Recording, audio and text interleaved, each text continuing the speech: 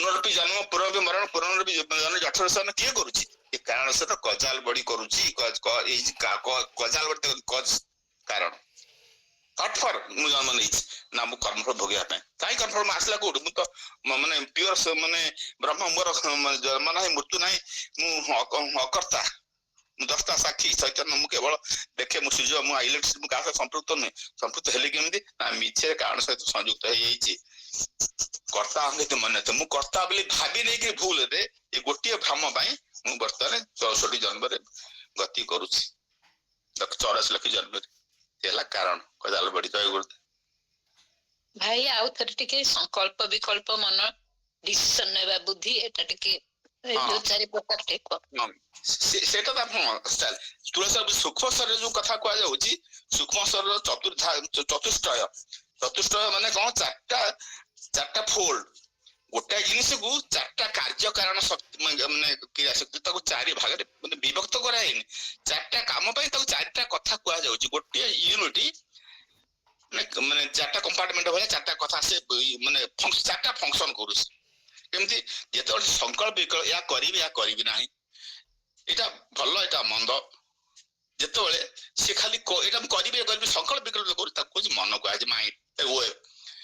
କାଲି ମାନେ ଭାଇ ବୁଝଉଥିଲେ, ଲେଖୁଛନ୍ତି ମାଛ ସମୁଦ୍ର ଭିତରେ ପହଞ୍ଚୁଛି, ଆମେ କୋଟି କୋଟି ମାଛ ପହଞ୍ଚୁଛେ। ମାଛ ଜାଣିପାରୁନି ମୁଁ ସମୁଦ୍ର ଭିତରେ ଅଛି, ସେଇ ପାଣିକି ସେ ପିଉଛି, ସେଇଠି ସେ ମାନେ ତାର ବିଶ୍ୱାସ ନଉଛି, ସେ କହୁଛି ସମୁଦ୍ର କାହିଁ, ସମୁଦ୍ରକୁ ସେ ମୂର୍ଖ। ଆମେ କହୁଛୁ ଆମେ ପଣ୍ଡିତ।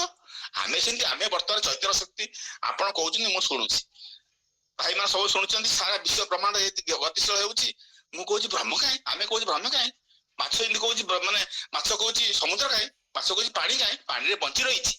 ମୁଁ ନିଶ୍ୱାସ ନଉଛି, ପ୍ରଶ୍ୱାସ ନଉଛି, କଥା କହୁଛି, ମୋ ଭିତରେ ହୃଦୟ ଚାଲିଛି, ମୋ ଭିତରେ ଆତ୍ମା ଅଛି, ମୁଁ କହୁଛି ଆତ୍ମା କାହିଁ, ମୁଁ ଜାଣିନି କାହିଁକି।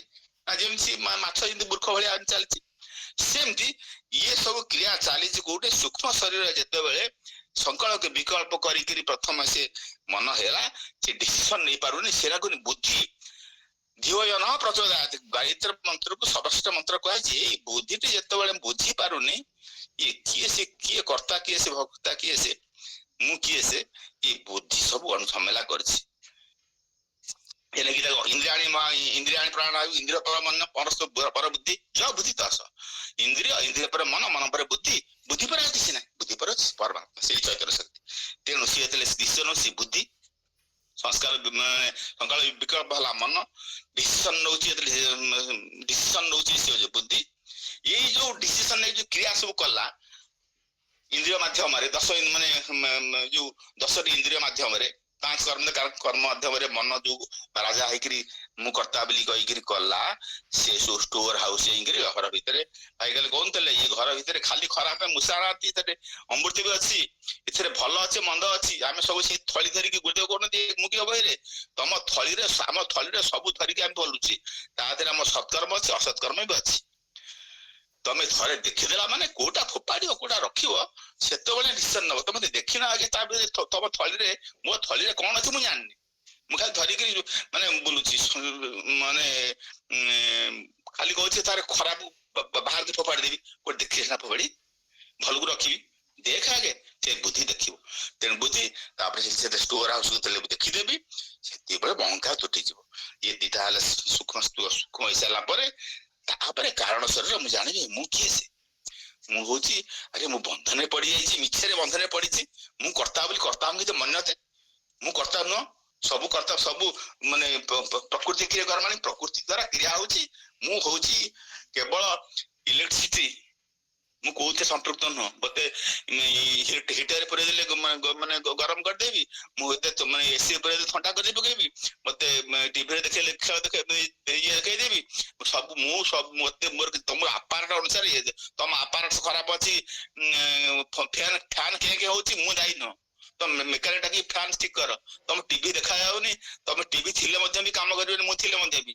ମଣିଷ ମରିଗଲା ପରେ ଟିଭି ମଲା ପରେ ଦେଖାଯାଉଛି କଣ ତାର କରେଣ୍ଟ ଅଛି ତା ଦେହରେ, କିନ୍ତୁ ସେ କାମ କରୁନି, ତାର ଆପାର୍ଟ ଖରାପ ଅଛି। ତେଣୁ ଆମକୁ ସେଇ ହଉଛି କାରଣ, ସେ ତାକୁ ସେ ଯେତେବେଳେ ମିଶିକିରି କହୁଛି ମୁଁ ପୁରା କର୍ତ୍ତା, ମୁଁ ସବୁ କଲି, କେହି କିଛି କରୁନାହାନ୍ତି, ସବୁ ପ୍ରକୃତି କରୁଛି, ଚୈତନ୍ୟ ଶକ୍ତି କେବଳ ତାଙ୍କୁ ଆଲୋକ ଦେଖଉଛି। ସୂର୍ଯ୍ୟ ଉଦୟ ହଉଛନ୍ତି, କିଏ ଧଳା ଫୁଲ ହେଲା, କିଏ କଳା ଫୁଲ ହେଲା, କିଏ ନାଲି ଫୁଲ ହେଲା, ସେ ସୂର୍ଯ୍ୟ ଦାୟୀ ନୁହନ୍ତି, ମଞ୍ଜି ଅନୁସାରେ ଫଳ। ଜୟ ଗୁରୁଦେବ। ହଁ ଭଉଣୀ, ଆପଣଙ୍କର ପ୍ରଶ୍ନ ଥିଲା ଯେ ସଂକଳ୍ପ କଣ ଆଉ ବିକଳ୍ପ କଣ? ଆଜ୍ଞା ହଁ, ଗୋଟେ ଲାଇନରେ ଦୃଢ ନିଶ୍ଚୟ ଯେତେବେଳେ କରାଯାଏ କୌଣସି କାମ କରିବାକୁ, ସେଟାକୁ ସଂକଳ୍ପ କହନ୍ତି। ମୁଁ ବହୁତ ଭିତରକୁ ଆପଣଙ୍କୁ ନେବାକୁ ଚାହୁଁନି, ଏତିକି ମନେ ରଖନ୍ତୁ ଯଥେଷ୍ଟ। ସଂକଳ୍ପଟାକୁ ଯେତେବେଳେ ଆମେ ଆରମ୍ଭ କରିକି ତାକୁ ଭାଙ୍ଗୁ, ମୁଁ ଆରମ୍ଭ କଲି, ମୁଁ ଅନୁଷ୍ଠାନ କରିବି, ସଂକଳ୍ପ କଲି, ତାପରେ ଭାଙ୍ଗିଦେଲି, ନାଇଁ ମୋ ଦ୍ୱାରା ହବନି, ସେଇଟା କୁହନ୍ତି ବିକଳ୍ପ। ଲେମ୍ୟାନ ଲାଙ୍ଗୁଏଜ, ସାମାନ୍ୟ ଭାଷାରେ ଏତିକି ଜାଣନ୍ତୁ, ଆପଣଙ୍କ ଯଥେଷ୍ଟ, ଆମର ସାଧନା ପାଇଁ ଯଥେଷ୍ଟ। ସଂକଳ୍ପ କଣ, ବିକଳ୍ପ କଣ। ଆଉ ଆପଣଙ୍କର ସ୍ଥୂଳ ଶରୀର, ସୂକ୍ଷ୍ମ ଶରୀର, କାରଣ ଶରୀର ଭିତରେ ଅଧିକା ଜାଣିବାକୁ ଚାହୁଁଛନ୍ତି? ଶୁଣିଲେ ତ ବହୁତ, କିନ୍ତୁ ଅଧିକା ଜାଣିବାକୁ ଚାହୁଁଛନ୍ତି ଆଉ ଏକଦମ ସଠିକ ପଏଣ୍ଟରେ ଜାଣିବାକୁ ଚାହୁଁଛନ୍ତି, ଆପଣଙ୍କ ଗାୟତ୍ରୀ ମହାବିଜ୍ଞାନ ଆପଣଙ୍କ ପାଖରେ ଅଛି, ନାହିଁ ଯଦି କିଣି ଦିଅନ୍ତୁ। ସେଇଟା ଆମ ପାଇଁ ବାଇବଲ। ସେଇଟା ଯଦି ଗାୟତ୍ରୀ ମହାବିଜ୍ଞାନ ଆମେ ନ ପଢିକିରି ଆମେ ଚେଷ୍ଟା କରିବା, ତାହେଲେ ଲମ୍ବା ହେଇଯିବ ସବୁ ଜିନିଷ। ସଂକ୍ଷିପ୍ତରେ ସେଇଟା ଠିକ ଅଛି। ଆପଣଙ୍କ ସରିଲା, ହାତ କାଢି ଦିଅନ୍ତୁ। ଆଉ ଏଇ ଯୋଉ ଭଉଣୀ ଜଣକ ଭିଡିଓ ଅନ୍ କରିକି ବସିଛନ୍ତି, ପ୍ରମିଳା ଭଉଣୀ, ତାକୁ ଭିଡିଓ ଅଫ୍ କରିଦିଅନ୍ତୁ। ଭଉଣୀ, ପ୍ରମିଳା ଭଉଣୀ, ହାତ ଉଠେଇଛନ୍ତି, କ୍ୟାମେରାରେ ହାତ ଉଠେଇଥାନ୍ତୁ, ଛୁଇଁ ଦିଅନ୍ତୁ, କ୍ୟାମେରାର ହାତ ଛୁଇଁ ଦିଅନ୍ତୁ, ହଁ, ସେଇଟା ଭିଡିଓ ଅଫ୍ ହେଇଯିବ ଅଟୋମେଟିକାଲି। ଶୁଣିଲେ କି ହଉ, ଭଉଣୀ? ତମେ ଦେଖିବା। ଭାଇ ଭାଇ ମୁଁ ଏଠି ଟିକେ ଖାଲି ପଚାରିବି, ଭାଇ ଆମେ ଗୋଟେ କାମ କରିବାକୁ ସଂକଳ୍ପ କରୁଛୁ, ଦୃଢ ନିଶ୍ଚିତ ହଉଛୁ, ସେଇଟା ସଂକଳ୍ପ, ଠିକ କଥା। ଆଉ ଆମେ ମାନେ କରିପାରିବୁନି ନା, ମୁଁ ଅନଫିଟ, ଏଟା ଭାବିକି କରିବାଟା ହଉଛି ବିକଳ୍ପ। କିନ୍ତୁ ବିକଳ୍ପ ମାନେ ତା ସଂକଳ୍ପର ଓଲଟା। ଓଲଟା, ଆଜ୍ଞା। ଗୋଟେ କିନ୍ତୁ ଆପେ ତାର ଆପେ ହଁ କୁହନ୍ତୁ। କିଛି ଗୋଟେ ପ୍ରତିବନ୍ଧକ ଆସିଯାଉଛି, ଦେହ ଖରାପ ହେଇଯାଉଛି, ଅସୁବିଧା ହେଇଯାଉଛି, ବନ୍ଦ ହେଇଯାଉଛି, ସେଟାକୁ କଣ କୁହାଯିବ ତାହେଲେ ଭାଇ? ମନ ସବୁବେଳେ ଖୋଜୁଥିବ କେମିତି ଏଇଠୁ ଏଇ ସଂକଳ୍ପ ଯୋଜନା କରିଦେଲି, କିନ୍ତୁ ମୋ ଦ୍ୱାରା ହବନି। ସେମିତି ହେଲେ ସେମିତି ଅସୁବିଧା ସବୁ ଯାକ ଆସିବ। ତେଣୁ ବଡ ବଡ ସଂକଳ୍ପ କରିବାର ଆବଶ୍ୟକତା ନାହିଁ, ଛୋଟିଆ ସଂକଳ୍ପ କରିକିରି ତାପରେ ଧୀରେ ଧୀରେ ଧୀରେ ଧୀରେ ଆହୁରି କଠୋର, ଆହୁରି କଠୋର, ଆହୁରି କଠୋର ସଂକଳ୍ପ କରିବା ଦରକାର। ଆମେ ବହୁତ ବଡ, ଆମର କ୍ଷମତାରୁ ବହୁତ ବେଶୀ କରିଦଉଛୁ, କିମ୍ବା ଆମର ମନ ଏପର୍ଯ୍ୟନ୍ତ ପ୍ରାଣ ଦ୍ୱାରା କଣ୍ଟ୍ରୋଲ ହେଇନି, ସେଥିପାଇଁ ମନ ଏପଟ ସେପଟ ବୁଲୁଛି, ସେଥିପାଇଁ ଆମର ସଂକଳ୍ପଟା ବିକଳ୍ପ ହୁଏ, ନହେଲେ ବିକଳ୍ପ ହବା ପ୍ରଶ୍ନ ଉଠୁନି। ଭାଇ ଯିବା, ଜ୍ୟୋତ୍ସ୍ନା ଭଉଣୀ ରଖନ୍ତୁ ପ୍ରଶ୍ନ। ଗୋଟେ ସେକେଣ୍ଡ କ୍ଷମା ଚାହୁଁଛି ଭାଇ, ଆପଣ ଯୋଉ କହିଲେ ଏଇ ଯୋଉ ଗାୟତ୍ରୀ ମହାବିଜ୍ଞାନରେ ଅଛି ଯୋଉ ଶରୀର ଗୁଡାକ, ସେଇଟା କଣ ଏଇ ସଂଯୁକ୍ତ ଗାୟତ୍ରୀ ମହାବିଜ୍ଞାନରେ? ହଁ, ସଂଯୁକ୍ତ ଦେଖନ୍ତୁ, ନହେଲେ ପ୍ରଥମ ଭାଗରେ ଦେଖନ୍ତୁ। ଆଜ୍ଞା ଆଜ୍ଞା, ପ୍ରଣାମ। ପ୍ରଣାମ। ଧନ୍ୟବାଦ ଭଉଣୀଙ୍କୁ, ଭାଇଙ୍କୁ। ଆଗକୁ ଯିବା, ଜ୍ୟୋତ୍ସ୍ନା ଭଉଣୀ ପ୍ରଶ୍ନ ରଖନ୍ତୁ। ପ୍ରଣାମ ଭଉଣୀ। ହଁ, ସମସ୍ତ ଭାଇ ଭଉଣୀ ମାନଙ୍କୁ ମୋର ପ୍ରଣାମ। ମୋର ପ୍ରଶ୍ନ ନାହିଁ, କିନ୍ତୁ ଗୋଟେ ଜାଣିବାର ଇଚ୍ଛା ଅଛି ଯେ ଆମର ଗୁରୁ ଗାୟତ୍ରୀ ଆଉ ମାତାଜୀଙ୍କ ଗାୟତ୍ରୀ ଯୋଉ, ସେଇଟା ଟିକେ ଜାଣିବାର ଅଛି। ଜାଣିଛି ଯଦିଓ ମୁଁ ଜାଣିପାରୁନି ସେଟା ଭୁଲ କି ଠିକ ବୋଲି, ସେଇଟା ଟିକେ ଜାଣିବା ପାଇଁ ଚାହୁଁଛି। ଭାଇ ବିଜୟ ଭାଇ କହିବେ ନା ଆଉ ପ୍ରମୋଦ ଭାଇ କିଏ ଅଛନ୍ତି କହିବେ? କଣ ବୁଝିହେଲାନି ଭଉଣୀ କହିଲେ, ଆମେ ଜାଣିଲେ। ଗୁରୁ ଗାୟତ୍ରୀ, ହଁ କୁହନ୍ତୁ କୁହନ୍ତୁ। ଗୁରୁ ଗାୟତ୍ରୀ ଆଉ ମାତାଜୀଙ୍କ ଗାୟତ୍ରୀ, ଆମର ଯୋଉ ଅଛି ଯେ ପ୍ରଖର ପ୍ରଜ୍ଞା ବିଦ୍ମହେ, ସେଇଟା ସଜଳ ଶ୍ରଦ୍ଧା ବିଦ୍ମହେ ମହାଶକ୍ତି, ସେଇଟା ମୁଁ ଠିକ କରୁଛି କି ଭୁଲ କରୁଛି ମୁଁ ନାଇଁ, ସେଇଟା ଶୁଣନ୍ତୁ ଶୁଣନ୍ତୁ ଭଉଣୀ, ସେଇଟା ବିଶେଷ ମନ୍ତ୍ର, ସବୁବେଳେ କରାଯିବା ଦରକାର ନାହିଁ। ଯଦି ଆପଣଙ୍କୁ କିଏ କହିଛନ୍ତି, ଶାନ୍ତି ପୂଜରୁ କିଏ କହିଛନ୍ତି କରୁଛନ୍ତି, ତାହେଲେ କରନ୍ତୁ, କିନ୍ତୁ ନିଜ ମନରୁ କରିବାର ଆବଶ୍ୟକତା ନାହିଁ। ଆପଣଙ୍କୁ କେବଳ ଗୋଟିଏ ଗାୟତ୍ରୀ, ପରମ ପୂଜ୍ୟ ଗୁରୁଦେବ ବଡ ସ୍ପଷ୍ଟ ଭାବରେ କହିଥିଲେ ନିଜ ଆତ୍ମକଥାରେ, ପଶ୍ୟତ ବିରାସତରେ, ମୁଁ କେବଳ ଗାୟତ୍ରୀ କରେ, ଆଉ ଗାୟତ୍ରୀ ମନ୍ତ୍ର କରେ 24 ଅକ୍ଷରର। ତା ଦେହରେ କୌଣସି ସମ୍ପୁଟ ମୁଁ ଲଗେଇବାର କେବେ ମୁଁ ଲଗେଇ ନାହିଁ। ଯଦି ଆମ ଗୁରୁ ଲଗେଇ ନାହାନ୍ତି, ଆମେ କାହିଁକି ଏତେ ଦୂର ଭିତରକୁ ଯିବା? ଯଦି ଆପଣଙ୍କୁ ଶାନ୍ତି କୁଞ୍ଜରୁ କୁହାଯାଇଛି, ତାହେଲେ ଅଲଗା କଥା, ନହେଲେ ସେ ଗୋଟିଏ ଗାୟତ୍ରୀ ମନ୍ତ୍ର ରଖନ୍ତୁ, ଆଉ କିଛି ଏପଟ ସେପଟ କରନ୍ତୁ। ହଁ ଭାଇ ଶାନ୍ତି କୁଞ୍ଜରୁ ମତେ କେହି କହିନାହାନ୍ତି, କେବଳ ଏଇ ଯଜ୍ଞରେ ଯେତେବେଳେ ଯାଇଛି ନୂଆ ନୂଆ ଯେତେବେଳେ ଗଲି ସେତେବେଳେ ମୁଁ ଜାଣିଲି ଯେ ହଁ ଏଇଟା ବି କୁହାଯିବ। ଆଚ୍ଛା ମୁଁ ପଢି ଦଉଛି, ମୁଁ କହିଦଉଛି, ଆପଣ ସେଇଟା ଦେଖି ଦିଅନ୍ତୁ, ଆପଣ ଭୁଲ କହୁଛନ୍ତି କି ଠିକ କହୁଛନ୍ତି। ଓಂ ପ୍ରଖର ପ୍ରଜ୍ଞାयै ବିଦ୍ମହେ ମହାକାଲାୟ ଧୀମହି ତନ୍नो ଶ୍ରୀରାମ ପ୍ରଚୋଦୟାତ୍। ଏଇଟା ଗୁରୁ ଗାୟତ୍ରୀ ନୁହେଁ, ଏଇଟା ପ୍ରଖର ପ୍ରଜ୍ଞାର। ଓಂ ସଜଲ ଶ୍ରଦ୍ଧାयै ବିଦ୍ମହେ ମହାଶକ୍ତିयै ଧୀମହି ତନ୍नो ଭଗବତୀ ପ୍ରଚୋଦୟାତ୍। ବାସ୍ ଏଥିରେ ଆପଣ ନିଜେ କମ୍ପେୟାର କରିକି ନିଜେ ଠିକ ଠାକ କରନ୍ତୁ। ଆର ଆବଶ୍ୟକତା ନାହିଁ, ଆମର ପ୍ଲେନ ଗାୟତ୍ରୀ ଯଥେଷ୍ଟ। ହଁ ଭାଇ ମୁଁ କରୁଛି ସେଟା ଠିକ ଅଛି। ଆଉ ତାହେଲେ ଆପଣ ଯଦି କହିଲେଣି ଗୁରୁଦେବ ଯଦି ଏଇଟା କହିଛନ୍ତି, ଆମର ଇଚ୍ଛା ପତ୍ରରେ କହିଛନ୍ତି, ତାହେଲେ ଏଇଟା ଆଉ କରିବାର ଦରକାର ବି ନାହିଁ। ବିଶେଷ କାର୍ଯ୍ୟକ୍ରମରେ ତାଙ୍କର ଜନ୍ମଦିନ ହେଲା କି କଣ ହେଲା ଏମିତିରେ କରିବା, ଯଦି କରିବା, ଏଇଆ ତ ଭାଇ। ସେଇଆ, ଆଉ ଅତି ଯେତେବେଳେ ଆପଣ ଅସହାୟ ହେଇଯିବେ ସେତେବେଳେ କରିପାରିବେ। ଆଜ୍ଞା ଭାଇ, ଧନ୍ୟବାଦ ଭାଇ। ଆଗକୁ ଯିବା। ଆମର ଗୋବିନ୍ଦ ଭାଇ, ଭାଇ ପ୍ରଣାମ। ପ୍ରଣାମ ଭାଇ, ସମସ୍ତଙ୍କୁ ପ୍ରଣାମ। ମୋର ପ୍ରଶ୍ନ ଥିଲା, ମହାମୂତ୍ର ମନ୍ତ୍ର ଆମେ ତୁଳସୀ ମାଳାରେ କରିପାରିବା କି? ମୁଁ ଗୋଟେ ମାଳା କରୁଛି ତୁଳସୀ ମାଳାରେ, ଯେ ସେଟା ଭୁଲ ହଉଛି ନା ଠିକ ହଉଛି ଜାଣିପାରୁନି ସେଟା।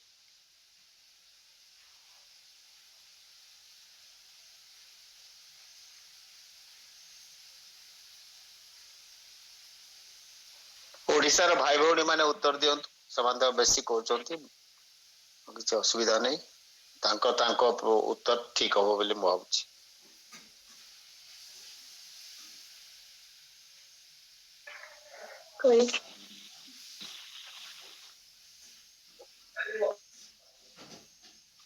ହଁ ପ୍ରତିଭା ଭଉଣୀ କୁହନ୍ତୁ।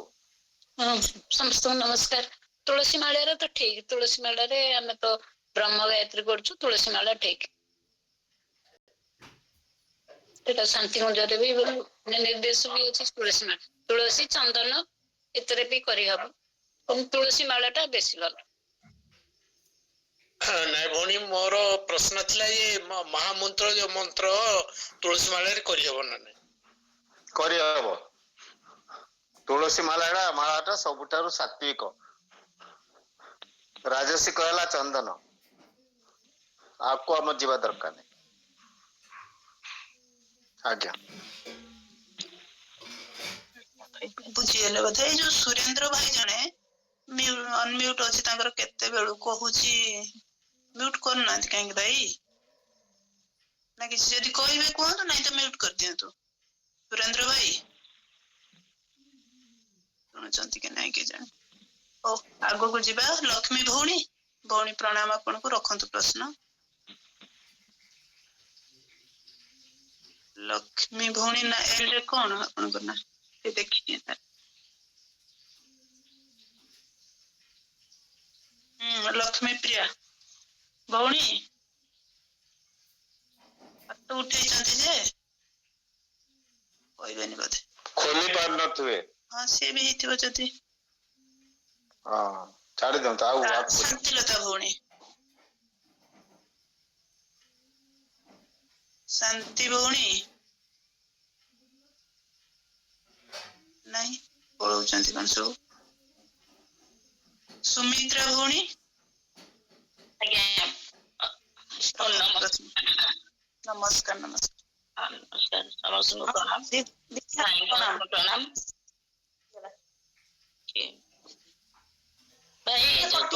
ଶାନ୍ତିଲତା ଭଉଣୀ ଆପଣ ଟିକେ ରହିଯାଆନ୍ତୁ, ସୁମିତ୍ରା ଭଉଣୀ କହିଯାଆନ୍ତୁ, ଆପଣ ପୁଣି କରିବେ। ହଁ ଠିକ ଭାଇ ପ୍ରଣାମ।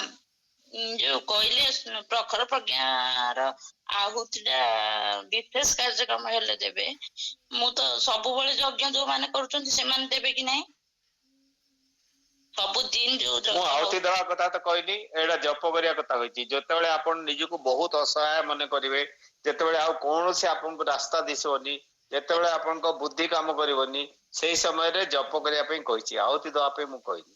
ଯଦି ଶାନ୍ତି କୁଞ୍ଜର ଅର୍ଡର ଆସିବ ଆହୁତି ଦିଅନ୍ତୁ, ତାହେଲେ ଆହୁତି ଦେବେ, ନହେଲେ ନିଜ ମନରୁ କିଛି କରନ୍ତୁନି। ଆଜ୍ଞା ଆଜ୍ଞା ନାଇଁ, ଯୋଉମାନେ ଡେଲି ଯଜ୍ଞ କରୁଛନ୍ତି ଘରେ, ସେମାନେ କଣ ଦରକାର, ନାଇଁ କଣ ଦରକାର ଆପଣ ତ ଗାୟत्री ମନ୍ତ୍ର ଇଏ କରିବେ ଗାୟत्री ମନ୍ତ୍ର ବଡ କିଛି ତ ନାହିଁ ନା ମନ୍ତ୍ର ତ କରାହଉଛି ହେଲେ ଡେଲି ଆଉ ତାହେଲେ ଅଧିକା ଏଇଟା ଦରକାର ନାହିଁ ଆପଣ ଯଦି କରୁଛନ୍ତି ସେଇଟା ଆପଣ ବୁଝିବେ ମୁଁ ଜାଣିନି ଶାନ୍ତି କୁଞ୍ଜରୁ କୁହାହେଇଛି କରିବା ପାଇଁ କରନ୍ତୁ ଶାନ୍ତି କୁଞ୍ଜରୁ କୁହାହେଇନି ଆପଣ ନିଜ ମନରୁ କୌଣସି ମନ୍ତ୍ର କରନ୍ତୁ ଗୋଟିଏ ମନ୍ତ୍ର ଯଥେଷ୍ଟ ଏ କଳି ଯୁଗ ପାଇଁ ଗୋଟିଏ ମନ୍ତ୍ର ଯଥେଷ୍ଟ ଆଜ୍ଞା ଆଜ୍ଞା ହେଲା ଆଜ୍ଞା ପ୍ରଣାମ ଭାଇ ତାପରେ ଗୁରୁ ତୁମକୁ କହିଛନ୍ତି ଯେ ଏଇଟା ନ କରିବା ପାଇଁ ଆମେ ତାହେଲେ କାହିଁକି ଅବାଧ୍ୟ ହେଇକି କରିବା ଦରକାର ନାହିଁ ଆବଶ୍ୟକତା ନାହିଁ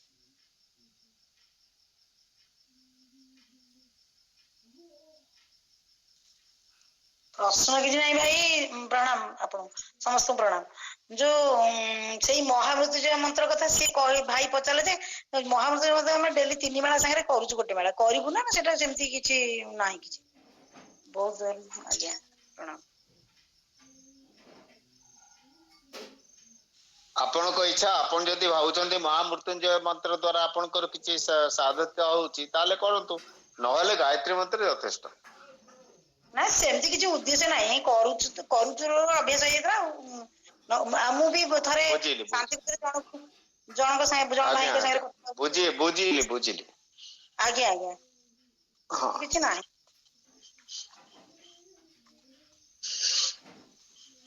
ଆଗକୁ ଯିବା ଆମର ବିନୋଦିନୀ ଭଉଣୀ ପ୍ରଣାମ ଆପଣଙ୍କୁ ସବୁ ଭାଇ ଭଉଣୀ ମାନଙ୍କୁ ମୋର ପ୍ରଣାମ ଭାଇ ଯୋଉ ମୁଁ ଥରେ ଅଖଣ୍ଡ ଜ୍ୟୋତିରେ ପଢିଥିଲି 10 ମାଳା ଗାୟତ୍ରୀ ମନ୍ତ୍ରରେ ଓଂ ଏଂ ଶ୍ରୀରାମ ଆନନ୍ଦ ନାଥାୟ ଗୁରବେ ନମ ଓଂ ଗୋଟେ ମାଳା ଗୁରୁ ଗାୟତ୍ରୀ ଜପ କରିବାକୁ ଲେଖା ହେଇଥିଲା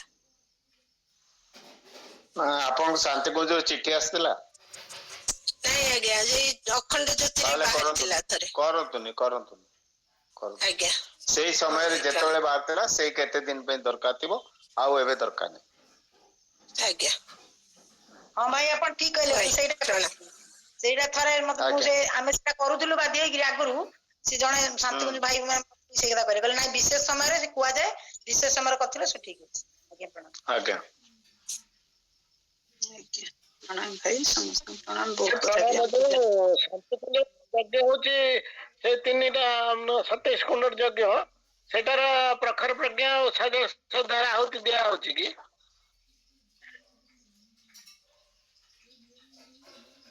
କୁହନ୍ତୁ ଭାଇ କଣ ବିଜୟ ଭାଇ ନହେଲେ ଟିକେ କିଛି ସବୁବେଳେ ବିଜୟ ଭାଇ କହିପାରିବେନି ମୁଁ କହିବି ସବୁବେଳେ ସେତେବେଳେ ଆହୁତି ଦିଆ ହବନି କେତେବେଳେ ଯେତେବେଳେ ଦରକାର ପଡୁଛି ସେଦିନ ଆହୁତି ଦିଆ ହଉଛି ତେଣୁ ଆମ ପାଇଁ ସାମାନ୍ୟ ଭାବରେ ଦରକାର ନାହିଁ ନା ଆମର ଯୋଉ ଯଜ୍ଞ ହଉଛି ଆମର ଅଭ୍ୟାସ ହେଇଯାଇଛି ପ୍ରତି ଯଜ୍ଞରେ ବା ପ୍ରତିଦିନ ଯୋଉ ଯଜ୍ଞ ହଉଛି ଆମ ମନ୍ଦିରରେ ବା ଆମେ କେତେବେଳେ କରୁଛୁ ସେ ସବୁବେଳେ ଆହୁତି ଦେଇ ଦଉଛୁ କାରଣ ରହିବା ଦରକାର ନା ଆଜ୍ଞା ଆମେ ଯୋଉ କାମଟା କରୁଛୁ ତା ପଛରେ ଗୋଟେ ଫୋର୍ସ ଥିବା ଦରକାର କାରଣ ଥିବା ଦରକାର ବିନା କାରଣରେ କାହିଁକି ଆପଣ ଦେବେ ଆପଣଙ୍କୁ ଗୁରୁଦେବ କହିଛନ୍ତି କେବଳ ଗାୟତ୍ରୀ ମନ୍ତ୍ର ଉପରେ କର ଆମେ ଗାୟତ୍ରୀ ମନ୍ତ୍ର ଉପରେ କରିବୁ ଶାନ୍ତି କୁଞ୍ଜରୁ କୁହାହେଲା ନାହିଁ ତମେ ତା ସାଙ୍ଗରେ ଏଇ ମନ୍ତ୍ରଟା ବି କର ସେଇ ମନ୍ତ୍ର ସାଙ୍ଗରେ କରିବୁ ଆଉ ଯୋଉ ସମୟରେ ଯେତେବେଳେ ଭାରତ ଉପରେ ଆକ୍ରମଣ ହଉଥିଲା ସେତେବେଳେ ଯୋଉ ମନ୍ତ୍ର କରାହେଲା କି ଧରନ୍ତୁ କୋଭିଡ ସମୟରେ ଯୋଉ ମନ୍ତ୍ର ଗୁଡା ଦିଆଯାଇଥିଲା ସେ ମନ୍ତ୍ର ଯୋଉଟା ଆପଣ କରୁଥିଲେ ବର୍ତ୍ତମାନ କରିବାର କଣ ଆବଶ୍ୟକତା ନାହିଁ ଗୋଟେ ସବୁବେଳେ ଆପଣ ଦେଖନ୍ତୁ ବିବେକ ସମ୍ମତ ହଉଛି ନା ନ ହଉଛି ବିବେକ ସମ୍ମତ ହଉନି ତ କାଟିକି ରଖୁଛନ୍ତି ଆବଶ୍ୟକତା ନାହିଁ କଣ ଦରକାର ଗୁଡାଏ ମନ୍ତ୍ର ପଢିକିରି ଗୁଡାଏ ସମୟ ନଷ୍ଟ କରିକିରି ତା ସେ ସମୟରେ ବରଂ ଟିକେ ସ୍ୱାଧ୍ୟାୟ କରିକି ଗୋଟେ ପାରା ଗୋଟେ ଅଖଣ୍ଡ ଜ୍ୟୋତିର ଗୋଟେ ଭଲ ଲେଖ ଗୋଟେ ଲେଖା ଯୋଉ ସେଟା ପଢି ଦେଇକି ସମସ୍ତେ ଶୁଣିବେ କେତେ ବଢିଆ ହୁଅନ୍ତା ତା ଭିତରେ ଖାଲି ମନ୍ତ୍ର ପଢିଲେ କଣ ଦୁନିଆ ବଦଳି ଯିବ ସେଇଟା ସେଇ ଦୃଷ୍ଟିରୁ ବି ଭାବନ୍ତୁ ଆମର ଗୋଟେ ଅନ୍ଧବିଶ୍ୱାସ ରହିଯାଇଛି ପ୍ରଚଳିତ ହେଇଯାଇଛି ତ ତେଣୁ ଆକୁ ବନ୍ଦ କରିବାକୁ ପଡିବ ଆମର ଆମେ ମାନେ ଆପଣ ମାନେ ଗୋଟେ କଥା ଶୁଣନ୍ତୁ ଯେତେ ଭାଇ ଭଉଣୀ ଅଛନ୍ତି ସମସ୍ତେ ଶୁଣନ୍ତୁ ଦେଖନ୍ତୁ କୁପ୍ରଚଳନକୁ କାଟିବା ପାଇଁ ଆମକୁ ଗୁରୁଦେବ ଆଦେଶ ଦେଇଛନ୍ତି ଆମେ ଯଦି ନୂଆ ଅନ୍ଧବିଶ୍ୱାସ କୁପ୍ରଚଳନ ଆରମ୍ଭ କରିବା ସିଏ କଣ ଖୁସି ହେବେ ସେ ତ ପସନ୍ଦ ମୋଟେ କରିବେନି ତେଣୁ ଆମକୁ କରିବା ଉଚିତ ନାହିଁ। ଆଜ୍ଞା, ଆଠୁ ଅଧିକା ମୁଁ କହିପାରିବିନି। ଭାଇ ଏଇଟା ବହୁତ ଭଲ କଥା। ଏଇଟା ଆମ ସମସ୍ତଙ୍କର ଗୋଟେ ଅଭ୍ୟାସ ରହିଲା ବା ଆମେ ଦେଖି ଆସୁଛୁ, ତାକୁ ପ୍ରଚଳନ ବନ୍ଦ କରିବାକୁ ପଡିବ। ଆମେ ଜାଣିଲୁ କ୍ଲିୟର କଥା ହେଲୁ ଏଠୁ। ପ୍ରଣାମ ଭାଇ। ସେ ରୋଡର ଜଣେ ଭାଇ ଅଛନ୍ତି, ପ୍ରଣାମ। ସେ କେବଳ ଗାୟତ୍ରୀ ମନ୍ତ୍ର କରିବେ, ସେ କେବଳ ଗାୟତ୍ରୀ ମନ୍ତ୍ର ଆଉଥିବେ, ସେ କହିବେ ସବୁ ଗୁରୁଦେବ ତ କହିଥିଲେ ଗାୟତ୍ରୀ ମନ୍ତ୍ର ସବୁ କିଛି, ଆଉ ତମେ କାହିଁକି ଏତେ ପ୍ରକାର ମନ୍ତ୍ର କହୁଛ? କିନ୍ତୁ ଅଲଗା ଲୋକ କହିବେ ଗାୟତ୍ରୀ ମନ୍ତ୍ର କାହିଁକି ସେଇଟା କାହିଁକି ଦେଲନି, ଏମିତିଆ ଅଛନ୍ତି। କାର୍ଯ୍ୟକ୍ରମ କଲାବେଳେ ଏଇ ଅସୁବିଧା ହଉଛି ଭାଇ, ଆଉ କିଛି ହଁ ଭଉଣୀ ସେଇଟା ହିଁ ଅସୁବିଧା ହଉଛି। ଆଉ ଭାଇ ନାଇଁ, ଗଲାବେଳେ ଯାହା ଗୁରୁଦେବ କହୁଛନ୍ତି, ଗୁରୁଦେବ ଯାହା କହିଛନ୍ତି ସେଟାକୁ ମାନିବା ଦରକାର। ଆମ ଗୁରୁ ଆଉ କେହି ଦ୍ୱିତୀୟ ଗୁରୁ ନାହାନ୍ତି ଆମର। ଆଜ୍ଞା, ଭାଇ ମୁଁ ସେଥିପାଇଁ କି ବହି ଯାହା ହେଲେ ଅଖଣ୍ଡ ଜ୍ୟୋତି ହଉ କିମ୍ବା ଏକବିଂଶ ଶତାବ୍ଦୀର ସମ୍ବିଧାନ ହଉ, ଯାହା ହେଲେ ଖଣ୍ଡେ ବହି ମୋର ନେଇକି ଯାଇଥାଏ ଯଜ୍ଞକୁ। ସମସ୍ତଙ୍କୁ ଅନୁରୋଧ କରେ କି ମତେ 2 ମିନିଟ ସମୟ ଦିଅନ୍ତୁ, ମୁଁ 2 ମିନିଟରେ କିଛିଟା ପଢିବି ଗୁରୁଦେବଙ୍କ କଥା ବୋଲିକି ପଢିକି ମୁଁ ଆସେ। ବହୁତ ସୁନ୍ଦର। ଭାଇ ତାହେଲେ ଆମେ ଖାଲି ମାନେ 24 ଗାୟତ୍ରୀ ମନ୍ତ୍ରରେ ଆହୁତି ଦବା, ଯୋଉ 24 ଦେବାଦେବୀଙ୍କୁ ବି ଦବାନି କି ଗୁରୁଦେବ ମାତାଜୀଙ୍କୁ ବି ଦବାନି? ଦୈନିକ ଯଜ୍ଞରେ ଆପଣ ଯଦି ଘରେ କରୁଛନ୍ତି ତ କାହାକୁ ମନ୍ତ୍ର କାହାକୁ ଅଲଗା ଅଲଗା ଦବା ଦରକାର ନାହିଁ। ଗୋଟିଏ ଗାୟତ୍ରୀ ମନ୍ତ୍ର ଉପରେ ଫୋକସ କରନ୍ତୁ। ସିଏ ଗୋଟିଏ ଶକ୍ତି, ସିଏ ସବୁ ଯାକ ତାଙ୍କ ଭିତରେ ସବୁ ଶକ୍ତି। କିନ୍ତୁ ଯଦି ଆପଣ ଶକ୍ତିପୀଠରେ ଯଦି ଆପଣଙ୍କୁ ଯେମିତିଆ ନିୟମ ଅଛି ସେ ଅନୁସାରେ ଶକ୍ତିପୀଠରେ ହବ। ମୁଁ ଶକ୍ତିପୀଠ କଥା କହୁନି, ମୁଁ ଦୈନିକ ଯଜ୍ଞ ଯୋଉମାନେ ଘରେ କରୁଛନ୍ତି ସେମାନଙ୍କ ବିଷୟରେ କହୁଛି।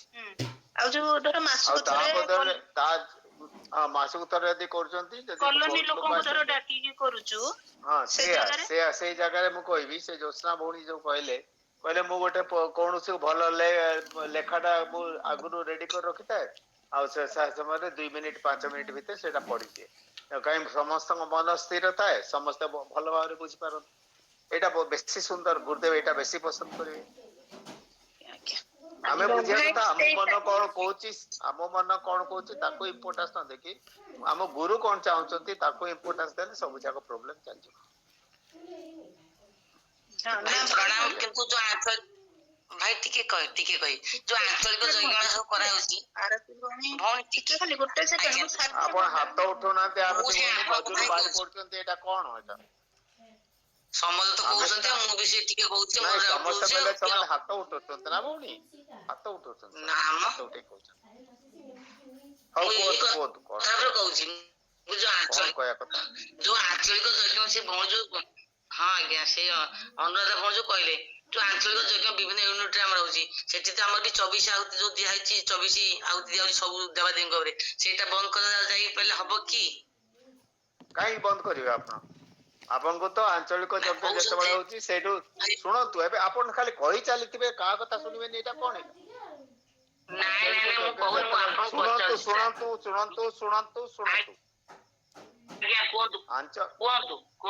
ଆପଣ ଟିକେ ଶାନ୍ତ ହୁଅନ୍ତୁ, ତାହେଲେ କହିବି। ଆଞ୍ଚଳିକ ଯଜ୍ଞ ଯେତେବେଳେ ହଉଛି, ଆପଣ ଆଜ୍ଞା ବି କହନ୍ତୁନି, କିଛି କହନ୍ତୁନି, ଶୁଣନ୍ତୁ ଖାଲି।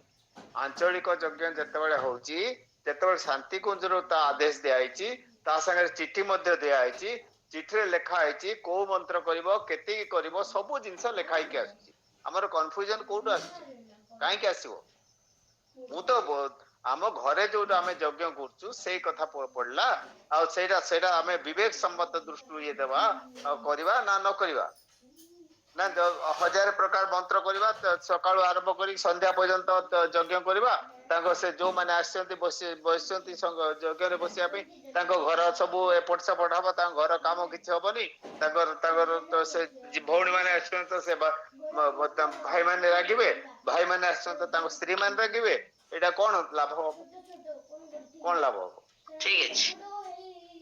ବାସ୍। ଭାଇଙ୍କ କଥା ମାନିବା, ସମସ୍ତେ ଧ୍ୟାନ ରଖିବା, ମନେ ରଖିବା ଏଇ କଥାକୁ, ଆଗକୁ ଯିବା। ମୀନା ଭଉଣୀ ପ୍ରଣାମ, ଆପଣଙ୍କ ପ୍ରଶ୍ନ ରଖନ୍ତୁ। ସତ୍ସଙ୍ଗରେ ଉପସ୍ଥିତ ସମସ୍ତ ଭାଇ ଭଉଣୀଙ୍କୁ ମୋର ପ୍ରଣାମ। ଭାଇ, ମୁଁ କାଲି ଟିକେ ସତ୍ସଙ୍ଗରୁ ଆସିଲା ବେଳକୁ, ଗୁରୁବାର ସତ୍ସଙ୍ଗରୁ ଆସିଲା ବେଳକୁ ଟିକେ ଲେଟ୍ ହେଇଗଲା। କାଲିର କୋଶ୍ଚିନ୍ ଟି ମୋର ଅଛି, ପଚାରି ଦଉଛି ଟିକେ। ଏଇଠି ଯୋଉ କାଲି ପଢା ହେଲା ଲାଷ୍ଟ ପାରାଗ୍ରାଫ ରେ ଅଛି ଏଇଟା 46 ପୃଷ୍ଠାରେ ନିଜ ପରିଧାନର ବିସ୍ତୃତି ସମସ୍ତ ଜୀବଙ୍କର ବାହ୍ୟ ସ୍ୱରୂପରେ ଆତ୍ମୀୟତା ଅନୁଭବ କରିଥାଏ। ତାପରେ ଲେଖା ହେଇଛି କି ଆତ୍ମା ସହିତ ଆତ୍ମୀୟତା ସ୍ଥାପନ କରେ। ଏ ଯୋଉ ନିଜ ପରିଧାନର ବିସ୍ତୃତି ସମସ୍ତ ଜୀବଙ୍କର ବାହ୍ୟ ସ୍ୱରୂପରେ ଆତ୍ମୀୟତା ଅନୁଭବ କରିଥାଏ। ବାହ୍ୟ ସ୍ୱରୂପରେ ଆତ୍ମୀୟତା ବାହ୍ୟ ତାର ଅର୍ଥ ହେଲା ଆପଣଙ୍କ ପରିଧାନ ହଉଛି କିଏ?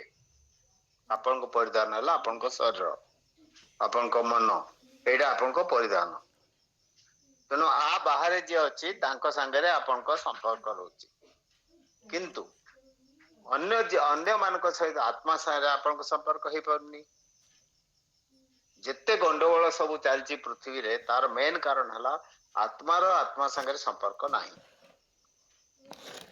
ଆଉ ଯେତିକି ଆମର ହବା କଥା କମ୍ୟୁନିକେସନ, ମନ ସହିତ ମନ କମ୍ୟୁନିକେସନ ହେଇପାରୁନି। ଆଉ ସିଏ ମୋ ସାମ୍ନାରେ ଯିଏ ବସିଛି ସେ ଯାହା କହୁଛି ମୁଁ ବୁଝିପାରୁନି, ମୁଁ ଯାହା କହୁଛି ମୋ ସାମ୍ନାରେ ଯିଏ ବସିଛି ସିଏ ବୁଝିପାରୁନି। ତେଣୁ ସେଥିପାଇଁ କନଫ୍ୟୁଜନ, ସେଥିପାଇଁ ପ୍ରୋବ୍ଲେମ ଆରମ୍ଭ ହଉଛି। ଏଇଟା କେତେବେଳେ ଯିବ?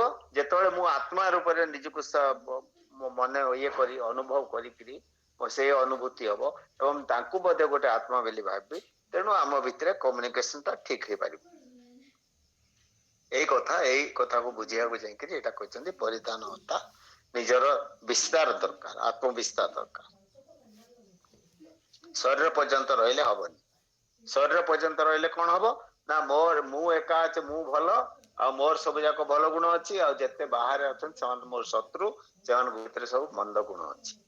କିଏ କଳା ସେଥିପାଇଁ ସେ ଭଲ ନୁହେଁ, କିଏ ଅନ୍ୟ ତଥାକଥିତ ନିଚ ଜାତିର ତେଣୁ ସିଏ ଭଲ ନୁହେଁ, କିଏ ଅନ୍ୟ ଦେଶରୁ ଆସିଛି ତେଣୁ ସିଏ ଭଲ ନୁହେଁ। ଏମିତିଆ ସବୁ ଆମର ଛୋଟ ଛୋଟ ସବୁ ମାନେ ବିଦ୍ୱେଷ ମନ ଭିତରେ ଆସିବ। ମନ ଭିତରେ ଆସିଲେ ତେଣୁ ସେ ଆମ ପରିଧାନ ଅତି ସଂକୁଚିତ ହେଇଯିବ। ତାହେଲେ ଆମ ଭଲ ପାଇବା ଯୋଉ ଆମେ ଭାବୁଛୁ କହିଦେଲେ ମୁଁ ଆକୁ ଭଲ ପାଉଛି, ସେଇଟା କଣ ଭଲ ପାଇବା? ସେଇଟା ଭଲ ପାଇବା ନାହିଁ। ଭିତରୁ ଆସିବା କଥା ଭଲ ପାଇବା, ମନ ଭିତରୁ ଆସିବା କଥା, ଆତ୍ମା ଭିତରୁ ଆସିବା କଥା। ଆଜ୍ଞା ଭାଇ, ତାହେଲେ ଆମର ସୂକ୍ଷ୍ମ ଶରୀର ର ବିସ୍ତୃତି ବାହ୍ୟ ସ୍ୱରୂପକୁ ଏମିତି ଆତ୍ମୀୟତା ଅନୁଭବ କରୁଛି ଯେ ସେଇଟା କହିଛନ୍ତି ଗୋଟେ ଦେବେ। ଏଇଟା ବର୍ତ୍ତମାନ ଯୋଉ ଲାଷ୍ଟ ବେଳକୁ ଯାଉଛନ୍ତି ନା, ସେତେବେଳେ ସୂକ୍ଷ୍ମ ଶରୀର ମଧ୍ୟ ନାହିଁ, ତା ଉପରକୁ ଆପଣ ଯାଉଛନ୍ତି, ସୂକ୍ଷ୍ମ ଶରୀରକୁ ପାର କରିକି ଯାଉଛନ୍ତି। ଆପଣ ଯେତେବେଳେ ଆତ୍ମସୂର୍ଯ୍ୟ ହେଇକିରି ଯେତେବେଳେ ଆପଣଙ୍କ କନେକ୍ସନ ହେଇଯାଉଛି ପରମାତ୍ମାଙ୍କ ସାଙ୍ଗରେ, ସେତେବେଳେ ଆଉ ସୂକ୍ଷ୍ମ ଶରୀର ଆପଣଙ୍କର ନାହିଁ। ସେଇଠି ଆପଣ ଅତି ସୂକ୍ଷ୍ମ ହେଇଗଲେଣି। ଧୀରେ ଆସିବେ, ନେକ୍ସଟ ଯେତେବେଳେ ପଢିବା ସେତେବେଳେ ଆହୁରି କ୍ଲିୟର ହବ।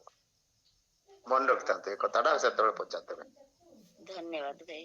ଆଉ ଜଣେ ଆମର ଭଉଣୀ ସିଏ ଜପ କରିବାକୁ ଯାଇଥିଲେ, ଆମର ଶକ୍ତି ପୀଠରେ ନଥିଲା ତୁଳସୀ ମାଳ, ତ ସିଏ ଯୋଉ ରକ୍ତ ଚନ୍ଦନ ମାଳ ଧରି ପଳେଇ ଆସିଛନ୍ତି, ସେଠି ହବ ବୋଲି କିଛି କଥା ନାହିଁ, କିନ୍ତୁ ମୁଁ ତ କେତେ ଲୋକଙ୍କୁ ଦେଖିଛି ନିଜେ ମାନେ ଯୋଉ ତୁଳସୀ ଗଛ ମରି ଯାଇଥାଏ ତାକୁ କାଟିକିରି ନିଜ ହାତରେ କଷ୍ଟ କରିକିରି ସେମାନେ ତୁଳସୀ ମାଳା ତିଆରି କରିଥିଲେ, ମୁଁ ଦେଖିଛି ନିଜେ। ସେଇ ତାଠୁ ଶ୍ରେଷ୍ଠ କୌଣସି ମାଳା ହେଇପାରିବନି। ତଥାପି ରକ୍ତ ଚନ୍ଦନ ମାଳା ବୋଧେ ଜପ କରିବାର ମୁଁ ଦେଖିଛି, କିନ୍ତୁ ମତେ ମାଳା ଉପରେ ମାଳା ଯଦି ଗଣିବା ପାଇଁ ୟୁଜ କରୁଛନ୍ତି କିଛି ଖରାପ ନାହିଁ, କିନ୍ତୁ ମାଳାକୁ ଯଦି ଆପଣ ବହୁତ ଇମ୍ପୋର୍ଟାଣ୍ଟ ଭାବୁଛନ୍ତି ତାହେଲେ ରକ୍ତ ଚନ୍ଦନ ମାଳା ସେଇଟା ତାମସିକ ଇଏ ଆଡକୁ ଯିବ, ତେଣୁ ଆମର ସେଇଟା କରିବା ଉଚିତ। ନାଇଁ ଭାଇ, ଏଇଟା କେବଳ ଗଣିବା ପାଇଁ ସେଇ ଉଦ୍ଦେଶ୍ୟରେ ଆଣିଛି। ଗଣିବା ପାଇଁ ଭାବିଲେ ଠିକ ଅଛି, ଆଉ କାଚ ମାଳିରେ ବି ଗଣନ୍ତୁ, କଣ ହେଲା? ନହେଲେ ପରମ ପୂଜ୍ୟ ଗୁରୁଦେବ ତ ମାଳା ଧରୁ ନଥିଲେ, ତାଙ୍କର ତ ଆଲାର୍ମ ବାଜୁଥିଲା, ମୁଁ 3 ମାଳ କରିବି କି ମୋ 66 ମାଳ କରିବି, 64 ମାଳ ମାନେ ଏତିକି ଘଣ୍ଟାରେ କମ୍ପ୍ଲିଟ ହବ, ଆଲାର୍ମ ବାଜିଲେ ସେଠୁ ସେ ବନ୍ଦ କରୁଥିଲେ। ଆପଣ ସେମିତି ବି କରିପାରିବେ, କଣ ଅଛି, ଗଣିବା କଥା କଣ ଅଛି। ଧନ୍ୟବାଦ ଭାଇ, ହେଲା। ପ୍ରଣାମ ଭାଇ। ଧନ୍ୟବାଦ ଭଉଣୀ। ସୀମାଞ୍ଚଳ ଭାଇ ପ୍ରଣାମ ଆପଣଙ୍କୁ। ହଁ, ସତ୍ସଙ୍ଗର ସମସ୍ତ ଭାଇ ଭଉଣୀ କି ପ୍ରଣାମ। ଭାଇ ମୋର ଟିକେ ବୁଝିବାର ଥିଲା, ଆମର ଅଖଣ୍ଡ ଜ୍ୟୋତି ଜାନୁଆରୀ ଗୋଟେ ମାନେ ଗୁରୁଦେବଙ୍କର ଆଚରଣର ପବିତ୍ରତା ଲାଷ୍ଟ ପାରାଗ୍ରାଫ ବୁଝି ହେଲାନି, ମୁଁ ସେଇଟା ଟିକେ ପଚାରିବି। ବିଜ୍ଞାନମୟ କୋଷର ଜାଗରଣରେ ମିଳିଥିବା ସହାୟତାର ଶ୍ରେୟ ସେ ସେହି ବିଷୟର ସାଧନା ପଦ୍ଧତିକୁ କମ୍ ବ୍ରହ୍ମରେତ ନିଷ୍ଠାକୁ ଅଧିକ ଦେଉଥିଲେ। ପଞ୍ଚତତ୍ତ୍ୱର ପ୍ରକାଶକୁ ସ୍ପଷ୍ଟ ରୂପେ ପ୍ରକଟ କରୁଥିବା ପଞ୍ଚ ଜ୍ଞାନେନ୍ଦ୍ରିୟ ବସ୍ତୁତ ପଞ୍ଚ ଦିବ୍ୟ ଦେବୀ ଅଟନ୍ତି। ଏଇଟା ଟିକେ ବୁଝି ହେଲାନି ଭାଇ, ଆଉ ଟିକେ ପଢି ଦଉଛି। ଯାହା ତାଙ୍କୁ ବ୍ୟଭିଚାରିଣୀ ବେଶ୍ୟାର କୁପଥରେ ଠେଲି ଦେଲା ନାହିଁ, ତାଙ୍କୁ ମାତୃ ଶ୍ରଦ୍ଧା ସହିତ ଗୋଟେ କାହାଣୀର ଗୋଟେ ଅଂଶ। ଆପଣ ତ 4-5 ଥର ପଢନ୍ତୁ, ସେଟା କ୍ଲିୟର। କାହାଣୀ ତ ଆମେ ଜାଣିନୁ, ଏଇଠି ଯେତେ ଭାଇ ଭଉଣୀ ବସୁଛନ୍ତି, ଯୋଉମାନେ ନ ପଢିଛନ୍ତି ଜାଣିନାହାନ୍ତି, ମୁଁ ବି ଜାଣିନି। ତେଣୁ ଆପଣ ଯଦି ସେଇଟା 4-5 ଥର ପଢି ଦିଅନ୍ତୁ, ସେଇଟା ବୁଝି ହବ।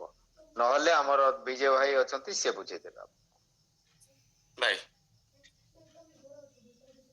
କେତେ ପୃଷ୍ଠା କହିଲେ? 34 ପୃଷ୍ଠା, ଜାନୁଆରୀ 34 ପୃଷ୍ଠା ଅଖଣ୍ଡ ଜ୍ୟୋତି। ହଁ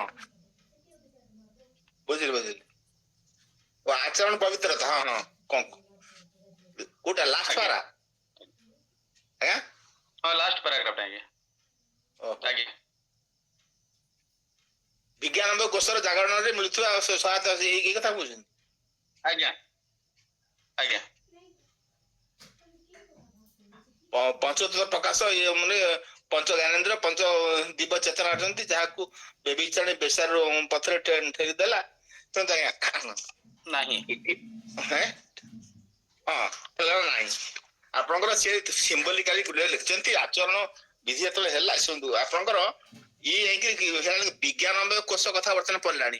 ତା ପୂର୍ବରୁ ରହିଲା ଅନ୍ନମୟ କୋଷ, ପ୍ରାଣମୟ କୋଷ, ମନୋମୟ କୋଷ, ବିଜ୍ଞାନମୟ ଫୋର୍ଥ ଷ୍ଟେଜ। ତାପରେ ଅଛି ଆନନ୍ଦମୟ କୋଷ। ଆପଣ ପ୍ରଥମେ ଯେତେବେଳେ ଅନ୍ନମୟ କୋଷ ଯେତେବେଳେ କଥା ତ ଆଗେ ବୁଝିବାକୁ ପଡିବ। ଅନ୍ନମୟ କୋଷ ଖାଦ୍ୟରୁ ଉତ୍ପନ୍ନ ହଉଛି, ତାର ଯୋଉ ରସ ତ ମିଶି ଯାଉଛି ଶରୀରରେ, ତାର ଯୋଉ ଖାଦ୍ୟର ଯୋଉ ଭାବଟା ସେ ଆପଣଙ୍କର ମନ ସାଙ୍ଗରେ ମିଶି ଯାଉଛି। ଏ ଯୋଉ ଅନ୍ନମୟ କୋଷ, ସେଇଥିରୁ ମନ ତିଆରି ହଉଛି। ଯେମିତିଆ ଅନ୍ନ ସେମିତିଆ ମନ ହଉଛି। ଅନ୍ନମୟ କୋଷ ହେଲେ ପ୍ରାଣମୟ କୋଷ ହଉଛି। ତାପରେ ବିଜ୍ଞାନମୟ କୋଷ ହୃଦୟ ସ୍ଥଳରେ ଆସୁଛି। ଇଏ ସବୁ ତିନିଟାକୁ ଧରିକିରି କଣ ହଉଛି ନା, ସେଠି ଯୋଉ ସେତିକିବେଳେ ଚୈତନ୍ୟ, ତା ପୂର୍ବରୁ ଥିଲା ସ୍ଥୂଳ ଥିଲା। ଦେଖନ୍ତୁ ଅନ୍ନମୟ ମନୋମୟ ପ୍ରାଣମୟ, ଇଏ ସବୁ ଜଳ। ଏଥିରେ ଚୈତନ୍ୟ ଶକ୍ତି ନାହିଁ। ଇଏ କେବଳ ଏଥିରେ ପରମାତ୍ମାଙ୍କର କିରଣ ବା ଚୈତନ୍ୟକୁ ପ୍ରକାଶିତ ହଏନି। କେତେବେଳେ ହୃଦୟ ଚକ୍ର ଯେତେବେଳେ ଆସିବ, ଯେତେବେଳେ ବିଜ୍ଞାନମୟ କ୍ଷେତ୍ର, ସେତେବେଳେ ପରମାତ୍ମାଙ୍କର ସେଠି ଶକ୍ତି ଅଛି। ମାନେ ପରମାତ୍ମାଙ୍କର ଶକ୍ତି କି ସେଠି କଣ ନା ପ୍ରତିଫଳିତ ହୁଏ ଅନ୍ତଃକରଣରେ। ଏଟା ଯୋଉ ହୃଦୟସ୍ଥ ଭଗବାନ ପରା, ସେଇଥି ତାକୁ ବିଜ୍ଞାନମୟ କୋଷ କୁହାଯାଉଛି। ହୃଦୟସ୍ଥଳରେ ସେ ବିଜ୍ଞାନମୟ କୋଷ ହଉଛି କଣ, ଇନ୍ଦ୍ରିୟାତୀତ, ଇନ୍ଦ୍ରିୟରୁ ଅତୀତ। ସେଠି ଆଉ ଯୋଉ ପଞ୍ଚ ଇନ୍ଦ୍ରିୟ ପଞ୍ଚ ଜ୍ଞାନେନ୍ଦ୍ରିୟ ସବୁ ସରିଗଲା ଏ ତିନିଟାରେ। ସେଠି ଆଉ କାହାକୁ ବେଶ୍ୟା କହିବ, କାହାକୁ ଭଲ କହିବ, ମନ୍ଦ କିଛି ନାହିଁ। ସବୁ ସେଠି ସବୁ ଇନ୍ଦ୍ରିୟାତୀତ ଅନୁଭବ ଆସିବ। ସେଇ କଥା କୁହାଯାଉଛି ସିମ୍ବଲିକାଲି। ସେଠି ବେଶ୍ୟା କଥା କୁହାଯାଉଛି, ସେ ନୁହଁ। ସେ ନାଇଁ ଭାଇ, ଏଟା ପଞ୍ଚ ଜ୍ଞାନେନ୍ଦ୍ରିୟ ବସ୍ତୁତଃ ପଞ୍ଚ ଦିବ୍ୟ ଦେବୀ ଅଟନ୍ତି। ଏଇଟା ଟିକେ କହିଛନ୍ତି ଖାଲି। ପଞ୍ଚ ଜ୍ଞାନେନ୍ଦ୍ରିୟ ପଞ୍ଚ ଦିବ୍ୟ ଦେବୀ ଅଟନ୍ତି। ହଁ, ଆପଣଙ୍କର ଦେବାଦେବୀ ଯୋଉ ଦିଅନ୍ତି, ଆପଣ ପଞ୍ଚ ଜ୍ଞାନେନ୍ଦ୍ରିୟ ପଞ୍ଚ କର୍ମେନ୍ଦ୍ରିୟ ସେ ରହିଲା କୋଉଠି? ସବୁବେଳେ ଇଏ ତିନିଟି ସ୍ତରରେ ରହିଗଲା। ଯୋଉ ଅନ୍ନମୟ ପ୍ରାଣମୟ ମନୋମୟ, ଏ ଭିତରେ ସେ ଇନ୍ଦ୍ରିୟ ମାନେ କାମ କରୁଛନ୍ତି। ପଞ୍ଚ ଜ୍ଞାନେନ୍ଦ୍ରିୟ ପଞ୍ଚ କର୍ମେନ୍ଦ୍ରିୟ, ଏମାନେ ହଉଛି ଦେବାଦେବୀ। ଆମେ ଯୋଉ ଶୁଣନ୍ତୁ, ଆପଣ ଆମେ ଯେତେବେଳେ ଆଲୋଚନା କରୁଥିଲେ, ମୁଁ କହିବି ଭାଇ ଭଲ ବୁଝାଉଥିଲେ, ଯୋଉ ଦେବାଦେବୀ କହୁନାହାନ୍ତି, ଦେବାଦେବୀ ଗୋଟେ କୋଉଠି ଲୋକ ବସିନାହାନ୍ତି। ଆପଣଙ୍କ ଭିତରେ ସେ ଦିବ୍ୟ ଗୁଣ ହଉଛି ଦେବାଦେବୀ କଥା କୁହାଯାଉଛି। ତାକୁ ଗୋଟେ ଖାଲି ଚିତ୍ର କୁହାଯାଉଛି, ଲକ୍ଷ୍ମୀ, ସରସ୍ୱତୀ, କାଳୀ, ଇଏ ସବୁ ଆମେ ବୁଝିବା ପାଇଁ ଗୋଟେ ଇଏ ସରସ୍ୱତୀ ପାଣି ବୀଣା ଧରିଛନ୍ତି, ଇଏ ଏକ ସିମ୍ବଲିକ ରିପ୍ରେଜେଣ୍ଟେସନ। କିନ୍ତୁ ଏଇ ଯେତେବେଳେ ସୁରସ୍ୱର ସୂକ୍ଷ୍ମସ୍ୱର କାରଣ ଶରୀରରେ ପ୍ରକୃତିରୁ ସୃଷ୍ଟି ହଉଛନ୍ତି, ଆମେ ଯୋଉ ମନ୍ତ୍ର ପରିଚୟ ପୃଥିବୀ ଆଧୁରିତା ଲୋକା ଦେବୀ ତୁମ ବିଷ୍ଣୁ ଆଧୁରିତା ଦଞ୍ଚ ଧାରଣ ମାନ ଦେବୀ, ଏଇ ତ କୁହାଯାଇଛି ନା। ଏଇ ଯୋଉ ଦେବାଦେବୀ ମାନେ କିଏ? ଏ ପୃଥିବୀକି ଯୋଉମାନେ ଧାରଣ କରିଛନ୍ତି ଯୋଉ ଶକ୍ତି, ତାକୁ ଦେବାଦେବୀ କୁହାଯାଉଛି। ସେଇ ଯୋଉ ଆମକୁ ଯୋଉ ପୋଷଣ କରୁଛନ୍ତି, ଅଗ୍ନି, ବାୟୁ, ଜଳ, ଏସବୁ ଆମେ ପୋଷଣ କରୁଛନ୍ତି। ଏଇ ହଉଛନ୍ତି ଦେବାଦେବୀ, ଆମକୁ ଧାରଣ କରିଛନ୍ତି। ସେଇମାନଙ୍କୁ ଦେବାଦେବୀ କୁହାଯାଉଛି। प्रकृति स्वरूपिणी से होचंती सब जड़ चेतन से सब माने एक चैतन्य चैतन्य हेतु को धारण करती से क्रियाशील होचंती अग्नि दायिक शक्ति केवल आसी चैतन्य शक्ति भगवान अग्नि रु नहीं गले दायिक शक्ति नहीं जिवे सी मध्य पानी भया देखा जिवो तेणु समस्त शक्ति गुड़िक देवी दैवी शक्ति होची कि पंच ज्ञान दे पंच कर्म दे से होची गोटे गोटे दैवी शक्ति जहा द्वारा मनुष्य आम शहे मु कथा कहूँ बाक शक्ति सरस्वती जिते आम खाद्य हजम हो अग्नि जो जठर अग्नि अग्नि माने खाद्य हजम कर दे ये सब विभिन्न प्रकार ये भितर आम विभिन्न देवादेवी मैंने काम कर तो देवादेवी भी कहे कहीं पृथ्वी देवी कहे अग्नि की देवी कहे ये सब क्रियाशील प्रकृति स्वरूप क्या कर देवी सब जय गुरुदेव पढ़ने भले हाँ भाई धन्यवाद ହେଇଗଲା ତ ଭାଇ ସେଟା ଭଲ ବୁଝିବନି ମାମା ପଢୁଥିଲି ବୁଝିବନି ଆଉ କୋଉ ଦିନ ରଖିବେ କି ଭାଇ କହିବେ କିଛି କଣ ବୁଝି ଶାନ୍ତିଲତା ଭଉଣୀ କଣ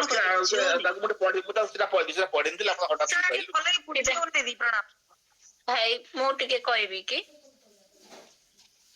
କୁହନ୍ତୁ କୁହନ୍ତୁ କି ସର୍ଟ ରେ କୁହନ୍ତୁ କାରଣ ବହୁତ ନାଁ ଅଛି ହାତ ଅଛି ସର୍ଟ ରେ କହୁଛି ଏଇ ଜିନିଷଟା ହିଁ କହୁଛି ସେ ଯୋଉ ଭାଇଙ୍କର ଏଇଟା ଗୋଟେ ତାଙ୍କୁ ଲାଗୁଛି ବ୍ୟଭିଚାରିଣୀ ବେଶ୍ୟା ମାନେ କଣ ସେ ବୁଝି ମାନେ ସେଟା ଗୋଟେ ଚାହୁଁଛନ୍ତି ଜାଣିବା ପାଇଁ ବ୍ୟଭିଚାରିଣୀ ବେଶ୍ୟା ହଉଛି ଯେ ଆମ ପାଖରେ ଜ୍ଞାନ ଥିବ କିନ୍ତୁ ଆମେ ତାକୁ ଯଦି ଠିକ ଭାବେ ବ୍ୟବହାର ନ କରିପାରିବୁ ତାହେଲେ ସେଟା କଣ ହବ ଗୋଟେ ସେ ବେଶ୍ୟା ସଦୃଶ ହେଲା ମାନେ ଜ୍ଞାନ ଥାଇକିରି ଆମେ ତାକୁ ବ୍ୟବହାର କରିବା ଶିଖିନୁ ସେଇ ଜିନିଷ କହୁଛନ୍ତି ଆମେ ମୋର 5ଟି କୋଷକୁ ମୁଁ ତାକୁ ଠିକ ଭାବରେ ପରିଚାଳନା କରିଛି 5 ଦେବୀଙ୍କୁ ମୁଁ ସନ୍ତୁଷ୍ଟ କରିଛି ତେଣୁ ମତେ ସେମାନେ ବ୍ୟଭିଚାରିଣୀ ବେଶ୍ୟା ଭଳିଆ ସେମାନେ ଠକି ଦେଇନାହାନ୍ତି ବା ଠେଲି ଦେଇନାହାନ୍ତି ସେଇ ଜିନିଷଟା ମୁଁ ବୁଝୁଛି ବୁଝିଲେ କି ନାଇଁ ठीक लागला मते एक्चुअली देखंतु सबु भाई बहन को निवेदन प्रश्न संक्षिप्त रे करंतु प्रश्न संक्षिप्त रे करंतु उत्तर संक्षिप्त रे दियो नहले एते भाई बहन को रहबनी रही जीवो ଶାନ୍ତି ଭଉଣୀ ବନ୍ଦ କରନ୍ତୁ म्यूट କରନ୍ତୁ ସବୁ ଶୁଭୁଛି ଶୁଭିଲା କି म्यूट ଅଛି ମୋର म्यूट ଅଛି ତ ଦିଦି ନା ନା ଆଉ ଜଣେ ଶାନ୍ତି ହେଲା बंद है भी बंद करदेले आगु को जीवा भाई बहुत बड़ बड़ अच्छी अपन टिके बुझंतु नले नै आउ को भाई की पर्सनली पचारंतु से बुझे देबे आ समस्त ठीक अछि मत तो आउडी पढे मन बुझियो ठीक अछि आज्ञा एटा मु गोटे गीतार गोटे अन्यरु पढितली सेले विधवा नारी अलंकार पिंधिले बेश्या सदृश बडे छी कहत तनो ज्ञान थिवा तार अर्थ बुझैतले जे ज्ञान थिबा लोक जदि भूल बाट किछि ज्ञान को ठीक भावे परिचालना न करे बा से भलिया अन्य को भी ज्ञान न दिए ताहले सेटा बेश्या भଳି से जिनसटा तेणु एठी मते लागुची जे से जिनसटा प्रयोज्य बोली मते लागतिला विवेचन अर्थ ही सेया जोटा प्रतिभा दीदी कहले सेटा ही व्यभिचारिणी रो गोटे को आमे गुरु को धरिबा आमे अन्य काहा को प्रशंसा करथवा अन्य जनकर सेटा भी व्यभिचारिणी एग्जैक्टली एकदम ठीक आको बड़ तो हां आगु को जाउची आगु को छंती सत्यवती भौणी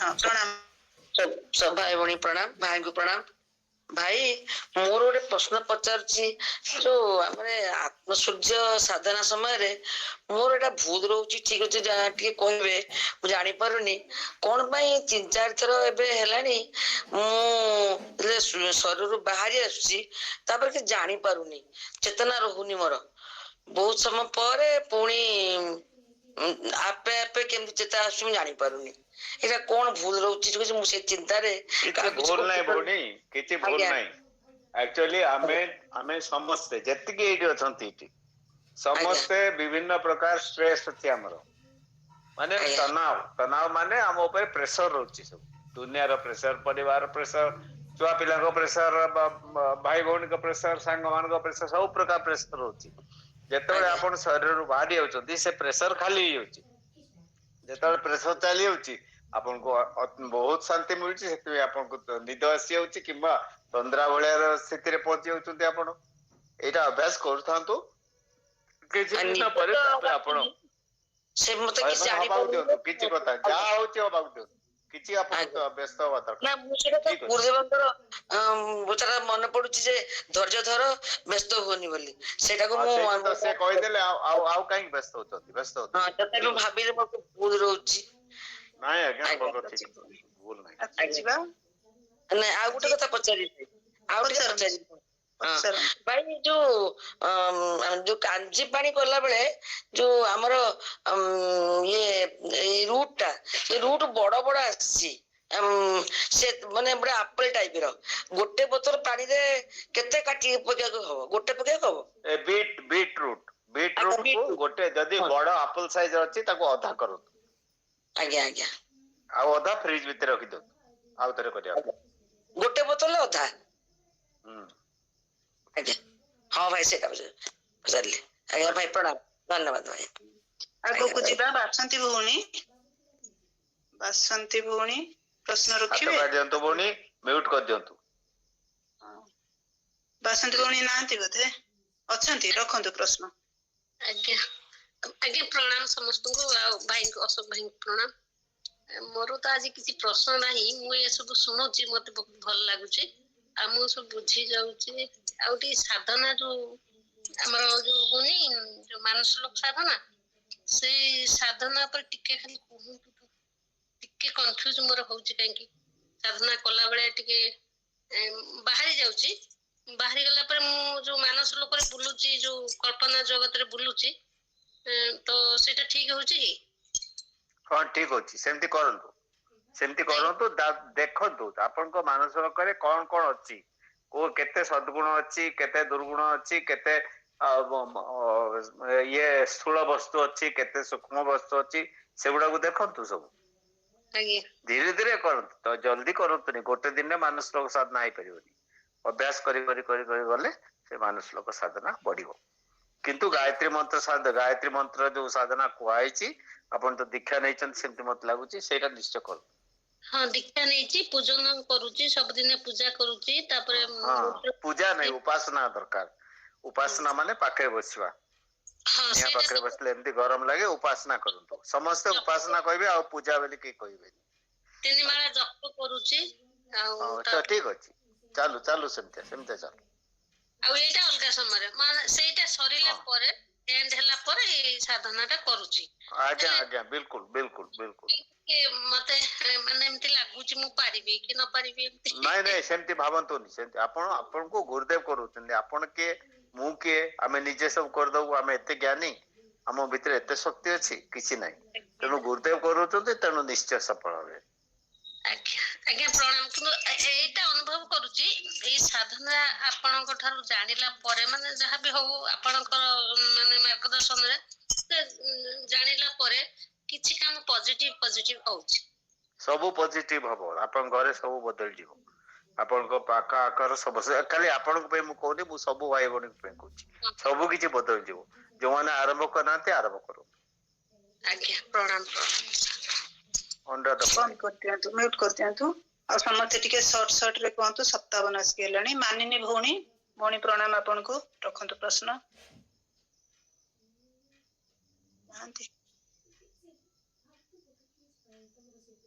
ଆଗକୁ ଯିବା। ଧନୁର୍ଦ୍ଧର ଭାଇ, ଧନୁର୍ଦ୍ଧର ଭାଇ। ସମସ୍ତଙ୍କୁ ପ୍ରଣାମ।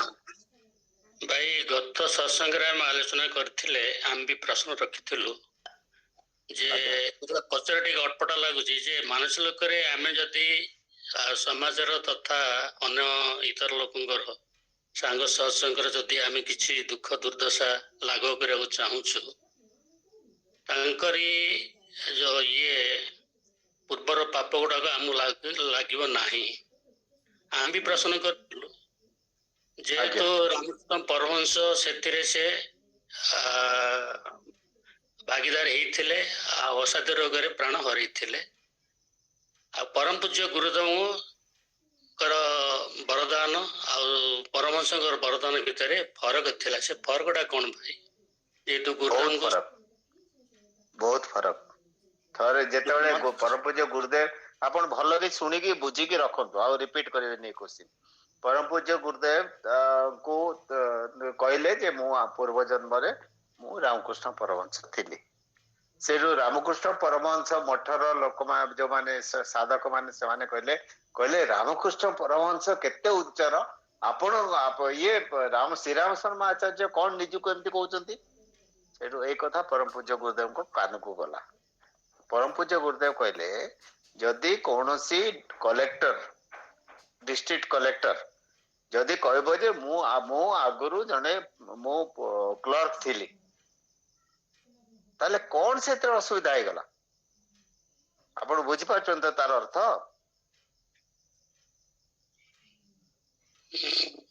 टिके असुविधा होची माने कौन कौन जने जदि जे कहबो जे मु पूर्व जन्म रे गोटे क्लर्क थिली आ एई जन्म रे कलेक्टर हेची कौन असुविधा है गला माने से केते उच्च स्तर से ता बुझे चेष्टा करतो परंतु जो गोदम सागर तुलना का करी हबनी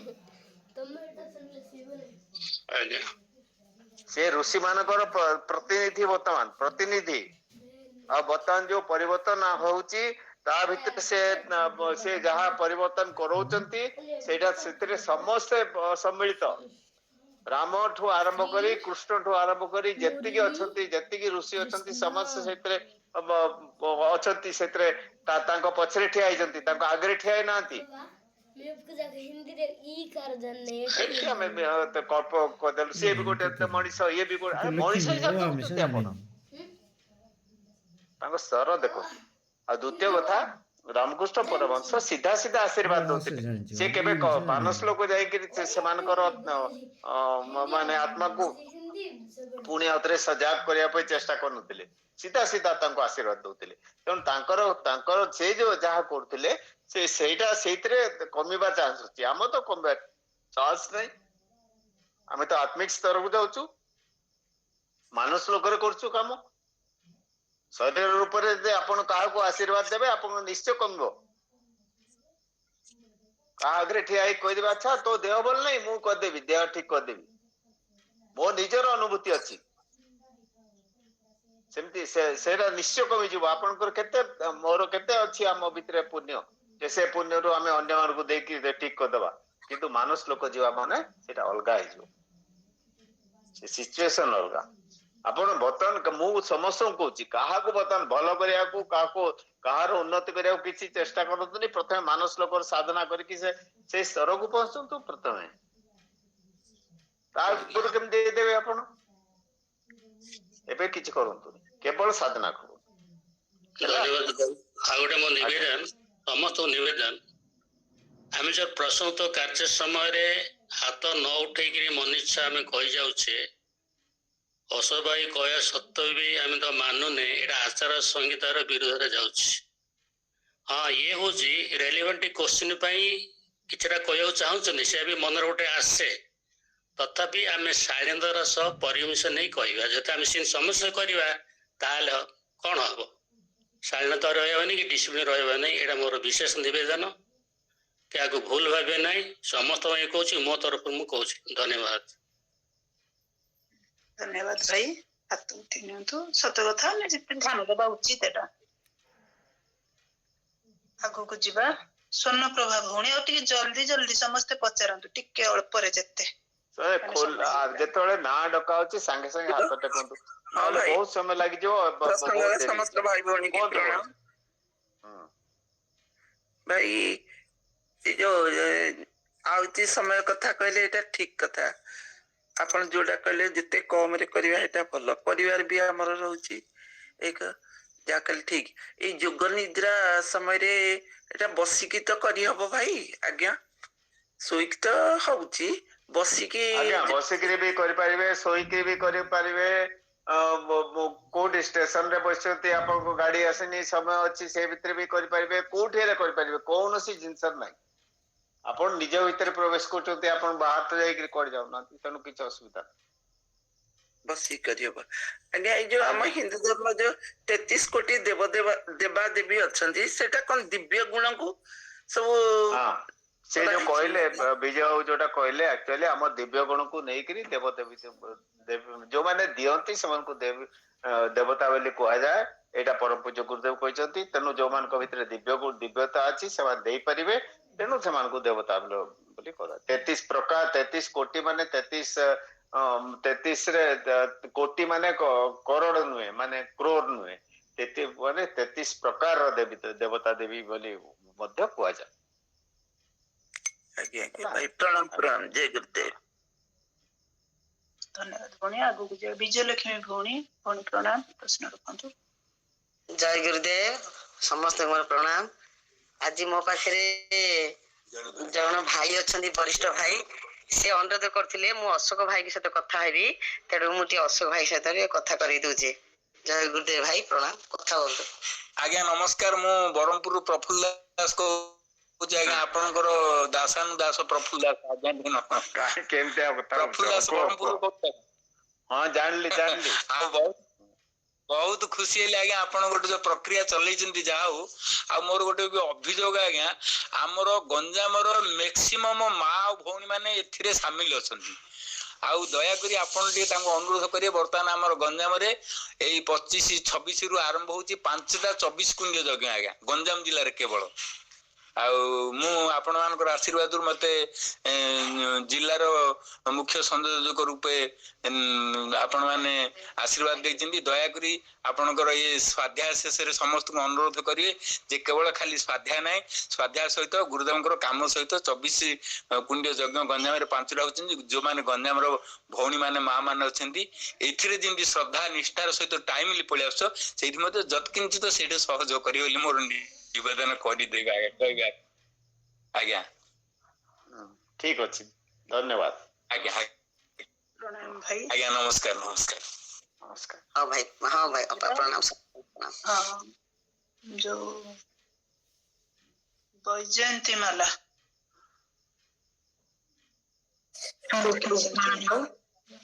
जयंती माला ना जो कहले साबुन विषय कहवा बोले कि तो सेटा मोर मन रे थिला क्वेश्चन टा आ को पेस्ट घसे दांत पाई बोले कि सेटा मोर क्वेश्चन थिला भाई प्रणाम। आपन जो पेस्ट भल लागुची आपन दांत सहित दांत घसतु किंतु कथा हला जे रगड़ी के जोर रे आमे जो रगड़ी के घसु ता द्वारा से एनामेल खराब हो जाए से धीरे धीरे कम प्रेशर देके घसिबे आ साबुन कथा तो आपनकर बहुत गुडे आयुर्वेदिक साबुन मिलुची नेचुरल जिंस रे जोडा तयारी ची सेटा तो आपन देखंतु आपन जो सी सॉल्ट अछि सी सॉल्ट को ए जो टेबल स्पून रे गोटे स्पून के 2 स्पून गोटे जगह रे छोटो बाल्टी रे तादरे पके देकी पानी पके देबे आ सेतरे टावेल टा ताको छोटो टावेल टा गोटे भलो के चुपुड़ी की पूरा देह हाथ भल के रगड़ी की जदी घसेबे सेतरे मध्ये सेटा मध्ये काम दबो आ बाकी एटी आउ डिटेल कहि हबनी कि ता ऊपर को आज काली मु स्वास्थ्य विषय बेसी किछि कहूनी आत्मिक स्वास्थ्य जदी भल हो जो शारीरिक स्वास्थ्य मध्ये भल हबो तेणु आत्मिक स्वास्थ्य आडू काम बेसी जाउछु आपण से आडू को मध्ये ध्यान दियंतु आपनकर आत्म साधना ऊपर ध्यान दियंतु आपनकर जोटा मानस लोक तैयारी करिवार ऊपर ध्यान दियंतु शेयर करले बेसी भल हबो आगे बाकी आपन को कहि देली जा आपन को इच्छा थिला। हां अनुराधा भौणी आपको हां मानिनी भौणी आपण मझिरे डाकी थिले ना कोहंतु आपण को प्रश्नटा रखि दियंतु। मां प्रणाम समस्त प्रणाम मोर गोटे छोट प्रश्न अछि आमे बाल संस्कार साला करूछु जितेबे छुआ मान को आमे गायत्री मंत्र करिया पय कहू तो पार्टी करी कहउछंती तो केते जण आसी कि मते कहले कि गायत्री मंत्र पार्टी करी कहा जायनी अरे मने मने के कहला के कहला जेतेबेले समूह रे उच्चारण होए जेतेबेले भौणी समूह रे उच्चारण करा जाए पार्टी करी उच्चारण कले किछि असुविधा नै गायत्री मंत्र आमे जेतेबेले यज्ञ करछु उच्चारण करछु कि नै सुबुची कि नै गायत्री जप कला को जोरे जोरे कर आमे जप करनु पिला माने बेसी करी उच्चारण करछंती करतु कोन हला किछि करा हला हां हाथ काट दियंतु आज्ञा प्रणाम धन्यवाद धन्यवाद कोन प्रसन्न भाई प्रणाम रखंतु प्रश्न समस्त प्रणाम ମୁଁ ଗୋଟେ କଥା କହିବି, ମୁଁ ଆଉ ସେ ମାଳା ଧରିବା ପାଇଁ ମୁଁ ଆଦୌ ମାଳା ନ ଧରିକି ଜପ କରୁଛି। ନବରାତ୍ରି ହଉ ବା ପ୍ରତିଦିନ ଜପ ହଉ, ମାଳାକୁ ମୁଁ ଛାଡି ଦେଇଛି। କଣ ଅସୁବିଧା ଅଛି? ମାଳା ମୁଁ ଆଦୌ ଧରୁନି। କିଛି ଅସୁବିଧା ନାହିଁ, କିଛି ଅସୁବିଧା ନାହିଁ, ଛାଡ଼ନ୍ତୁ, କିଛି ଆଜ୍ଞା। ପଞ୍ଚୁ ଭାଇ, ଭାଇ ପ୍ରଣାମ, ରଖନ୍ତୁ ପ୍ରଶ୍ନ। ନମସ୍କାର, ସମସ୍ତଙ୍କୁ ନମସ୍କାର। ଅଶୋକ ଭାଇ ନମସ୍କାର। ଭାଇ ଆମର ପ୍ରଜ୍ଞା ପୀଠରେ ସବୁବେଳେ ସେ ଯିଏ ମୁଖ୍ୟ ହେଇ ଅଛନ୍ତି ଶ୍ରଦ୍ଧାରେ ସେ ଭଉଣୀ ଭାଇ କେତେ ଜଣ ଯାଇ ଜଗନ୍ନାଥ ଭଜନ, ତାରିଣୀ ଭଜନ ଏମିତି ବୋଲନ୍ତି, ସେଟା ଠିକ ନା ଭୁଲ? बिल्कुल ठीक नुहे। आमे बहुदेव बादरू आमे बाहरिकरी आमे आम निज मनटा को कंसंट्रेट करिकरी आमे उच्च स्तर को जीवा चेष्टा करछु। सेतरे जगन्नाथ, तारिणी नीलाद्री धामर प्रभु ए सब याड सब गले आहुरी पुणी से जो कुप्रचलन जोड़ा भितर पशिलु से भितर पुणी आउथरे पशिबु। से पंख भितर बाहर के आसछु, पुणी पंख भितर को पशिया चेष्टा करछु। आज्ञा तांके बलिष्ठ माने ओडा सब करछन। सेमाने भावचंदी जगन्नाथ भजन कर लोक माने आसीबे, लोक माने आसिले सेमाने चांदा देबे, चांदा देले प्रज्ञा पीठ चालिबो, सेते सेमाने भाबी करथुवे। किंतु ता अपेक्षा बरम जदि सेमाने सेमति सत्संग इत्यादि करते, धीरे धीरे लोक माने प्रभावित होते आ समस्त निज पेट काटिक दियंते, ता द्वारा बेसी भलो होता बोली म भाबुची। भाई आमे साधारण हिसाब तो तांको किछि कहि पारोनु। आपण चुप रहंतु, किछि कहंतुनी। जेतेबेले जोडी बहुत माने भगवान को सभा रे हंस गोटे पहुंचले जा आपन को अवस्था से आइ जिवो, आपण चुप रहिबे। आज्ञा मन कथा सब बेले सब खोली के कह जाय। आज्ञा समय आसो से बदलिबे। आज्ञा आज्ञा नमस्कार। आगो को जीवा। सविता भौणी आउ प्लीज केही हाथ उठांतुनी, बहुत समय लेट हेलानी। सविता भौणी जल्दी रखंतु आपन प्रश्न। प्रणाम भौणी। पचारंतु ओ नांदी भौणी, आपन कथा सुबुनी सुबुनी किछि हमकु, ताले बंद कर देंतु। समय भी हेगलानी। हाथ काट देंतु, दुई जन जगह हाथ काट देंतु, दुई जन जगह हाथ काट। बस बस आगे आगो जीवा भाई। प्रणाम आपनकु, धन्यवाद समस्त तरफ। मु बाध्य होइकरी मते कहया पड़ला, काहे ना समय बहुत समय चल जाउतला। तेणु संक्षिप्त रे हमर गोटे सब बळे मन रखंतु, जो भाई भौणी माने कहउचंती ओडिसा भाई भौणी माने मध्य प्रश्न संक्षिप्त करिवे, उत्तर संक्षिप्त रे देबे। आमे एटी काहाकू पढेगा पे आसिनु, आमे केवल संक्षिप्त उत्तर देगिरी जदि रेफरेंस अछि आपन पारे को बही रे लिखा हिची सेटा कहि देबे। से भौणी